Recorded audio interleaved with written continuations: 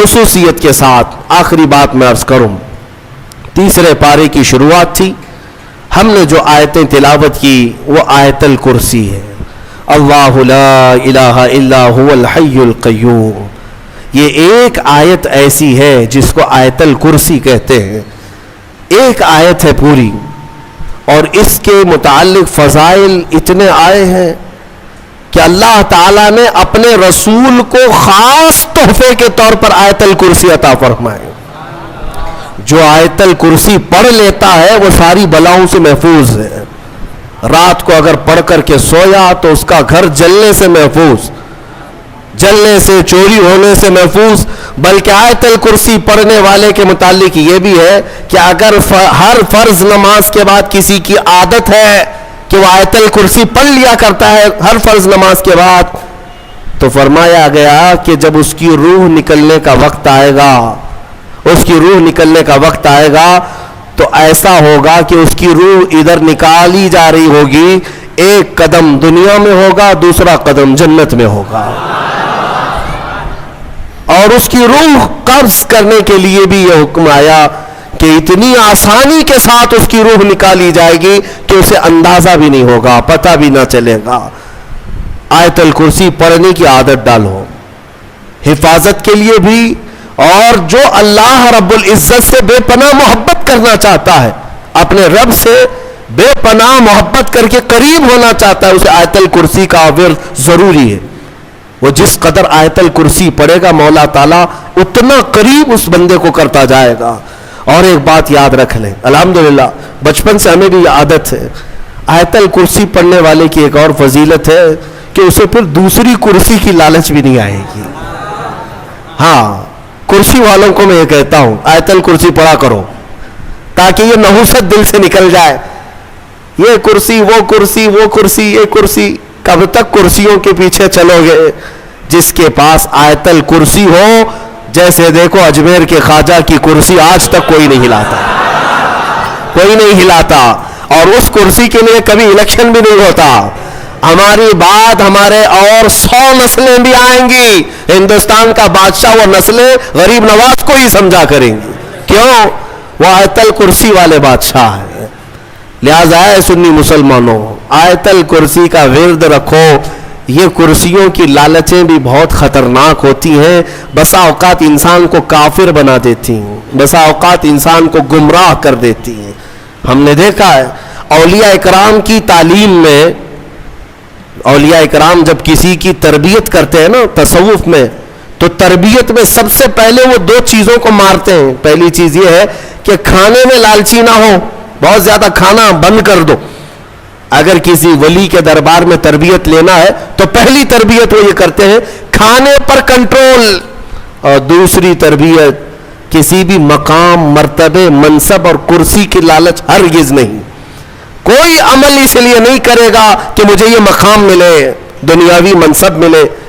اسی لیے میرے آقا صلی اللہ تعالی علیہ وسلم نے بھی ارشاد فرمایا کہ دنیا طلب کرنے والا اگر علم دین بھی حاصل کرے گا تو وہ ایسا ہی ہے جیسے خنزیر کے گلے میں موتیوں کا ہار ڈالا جا رہا ہے. حب جاہ، حب مال، حب مقام، حب منصب، یہ بری خصلتیں ہیں. اللہ ان تمام چیزوں سے ہمیں محفوظ رکھے. من رکع فرفع، حضور نے فرمایا جو جھک گیا اللہ اسے بلند کرتا ہے، اور جو اکڑ گیا اللہ اسے ہمیشہ ذلیل کرتا ہے. تو یہ کرسیاں ہی ہیں جو اکڑ پیدا کرتی ہیں. آیت الکرسی کا ورد ہمیشہ رکھو، بہت ساری چیزوں سے تمہیں محفوظ کر دے گی. آخری بات، اس میں تیسرے پارے کی ایک بہت ہی اہم چیز بیان ہوئی ہے. وہ کیا ہے؟ ابراہیم علیہ الصلاۃ والتسلیم نے ایک بار اللہ رب العزت کی بارگاہ میں سوال کیا، اے مولا مجھے دکھا تو مردوں کو زندہ کیسے کرتا ہے. اللہ نے پوچھا کہ اے ابراہیم کیا تجھے یقین نہیں ہے؟ کہا کیوں نہیں، یقین ہے مولا، لیکن آنکھوں سے دیکھنا چاہتا ہوں. لیطمئن قلبی، تاکہ میرے دل کو اطمینان ہو جائے.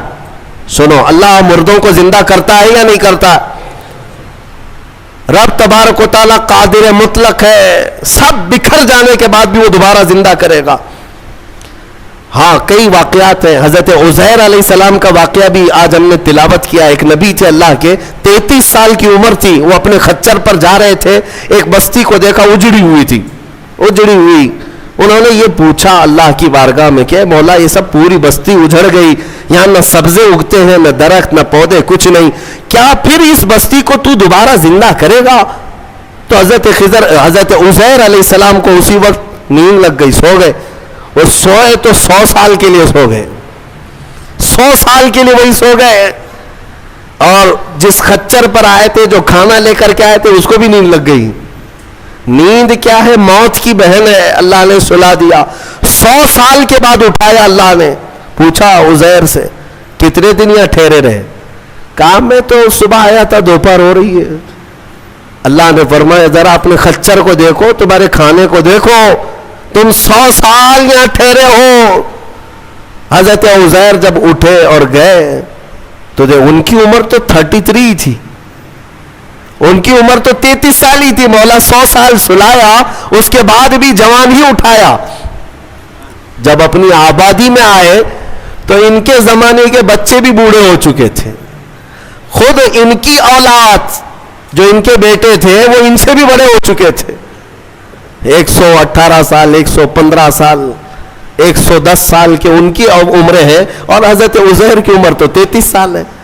حضرت عزیر آئے اور کہا میں عزیر ہوں, اللہ کا نبی. لوگوں نے انکار کر دیا کہ وہ 100 سال پہلے جا چکے, تم کہاں سے آئے ابھی؟ ایک خاتون جو ان کے گھر کی کنیز تھی, وہ بہت بوڑھی ہو چکی تھی, اس نے کہا میں عزیر کو 2 علامتوں سے پہچانتی ہوں, اگر وہ 2 علامتیں اس کے اندر ہیں تو یہ عزیر ہے. وہ آئی, کہا ایک تو یہ ہے کہ پورے زمانے میں تورات اگر کسی کو لفظ بلفظ یاد ہے تو صرف عزیر علیہ السلام کو, کسی کو نہیں. ایک علامت یہ ہے. دوسری یہ ہے کہ ان کی پیٹھ پر ایک نشان ہے جو کسی کے اندر نہیں ہے, وہ میں دیکھ چکی ہوں.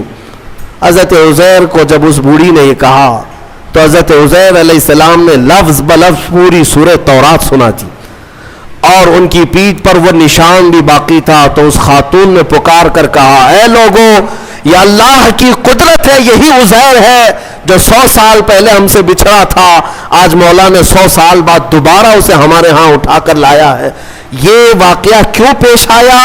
یہ ان منکرین کو بتانے کے لیے جو یہ سمجھتے ہیں کہ موت کے بعد پھر اللہ کسی کو نہیں اٹھا سکتا. اسی لیے کچھ لوگ جلا کر راکھ کرتے ہیں, کچھ لوگ چیل کووں کو کھلا دیتے ہیں کہ مرنے کے بعد پھر پکڑ نہیں ہونی چاہیے. یہ شراب کیوں پیتا تھا, چوری کیوں کرتا تھا, کوئی ڈنڈے مارنے والا نہ ہو, ہم تو اس کو جلا کے راکھ کر چکے. مولا قرآن میں بیان فرماتا ہے جو رب ایک پانی کے قطرے سے تمہیں انسان بنا سکتا ہے, تمہاری راکھ کو جمع کر کے دوبارہ تمہیں زندہ کیوں نہیں کر سکتا؟ وہ قادر مطلق ہے, دوبارہ اٹھائے گا. ہمارا عقیدہ کیا ہے؟ موت کے بعد ہم دوبارہ ہوں گے کہ نہیں ہوں گے, لیکن اس دنیا میں نہیں, پرن جنم نہیں. ہاں یہ پرن جنم والا نہیں ہے. ہمارا جو عقیدہ ہے وہ یہ ہے کہ مریں گے یہاں, اٹھیں گے قیامت کے دن. قیامت سے پہلے پھر کسی کی آتما نہیں اٹھنے والی ہے, جس کی اٹھتی ہو بیوقوف ہے. ہاں وہ جو مشہور کرتے ہیں کہ اس کی آتما آئی, اس کی آتما آئی, کسی کی آتما نہیں آتی. ہاں یہ بات یاد رکھیں, شیطان کھیلتا ہے, روحیں جا چکی, ایک بار نکل گئی تو اب قیامت کے دن دوبارہ زندہ ہوگی. الحمدللہ ہمارا عقیدہ یہی ہے, اسلام کا عقیدہ یہ, ہم مرنے کے بعد عالم برزخ میں جاتے ہیں اور پھر مولا قیامت کے دن اٹھاتا ہے. اس سے پہلے ہمارا عقیدہ یہ نہیں کہ ہم مرنے کے بعد پھر کبھی چوہا بن کے اٹھیں گے, بلی بن کے اٹھیں گے, کتا بن کے اٹھیں گے. ہاں اچھے کام کیا تھا تو اچھا بن کے دوسرے جنم میں پیدا ہوگا, برا کام کیا تھا تو کتا بن کے جنم لے گا. یہ نہیں ہے. الحمدللہ ہمیں اللہ نے انسان بنایا تھا, انسان ہی اٹھیں گے. ہاں کتوں والا عقیدہ مت رکھو, چوہوں والا اور بلیوں والا عقیدہ مت رکھو, ہمارا یہ عقیدہ نہیں. جو بات میں عرض کر رہا تھا وہ ابراہیم علیہ السلام کی. ابراہیم علیہ السلام نے پوچھا رب سے تو کیسے زندہ کرتا ہے مرنے کے بعد؟ تو رب نے فرمایا کیا تجھے یقین نہیں؟ کہا یقین ہے, میں آنکھوں سے دیکھنا چاہتا ہوں. کہا ٹھیک ہے, 4 پرندے لے لو اور ان کو ذبح کرو اور پھر ان کو